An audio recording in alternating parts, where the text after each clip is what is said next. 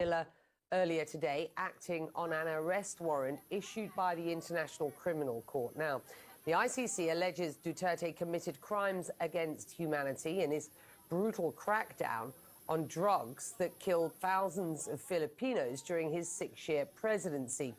Well, in a video shot after he was detained, he claimed the arrest was illegal. Well, let's bring in Richard Haydarian, who is a podcaster, lecturer, and the author of The Rise of Duterte.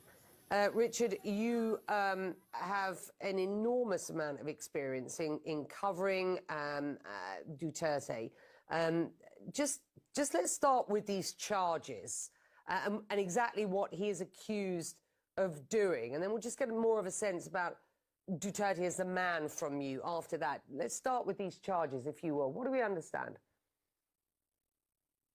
Well, first of all, it's good to be back. I think the last time we had a conversation, I just had returned from a visit or meeting with President Duterte when he was at the height of his power. So it's quite a turn of events. Well, as far as the cases are concerned, these are very robust cases. We're talking about people who are at the heart of the darkness of his death squads and alleged extrajudicial killings, now testifying or have been testifying to the International Criminal Court.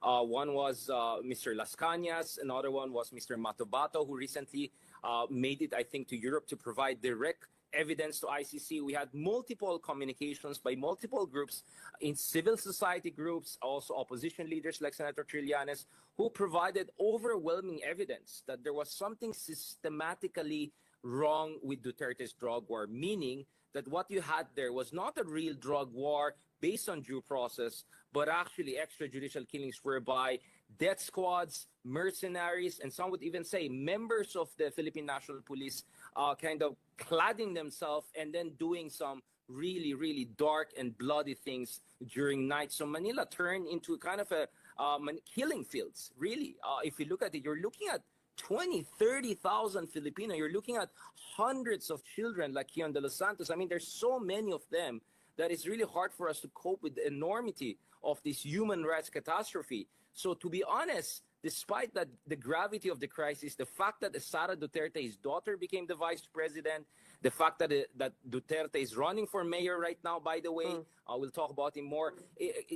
Part of us were still skeptical. Will we see a day of justice? So this is a very, very big deal to see him really whisk out immediately out of the Philippines to The Hague, most likely in the coming hours and days, so that he doesn't come back to the country and kind of try to pull off his, I don't know, Trumpian comeback and present himself as a victim and try to rally people and rally support ahead of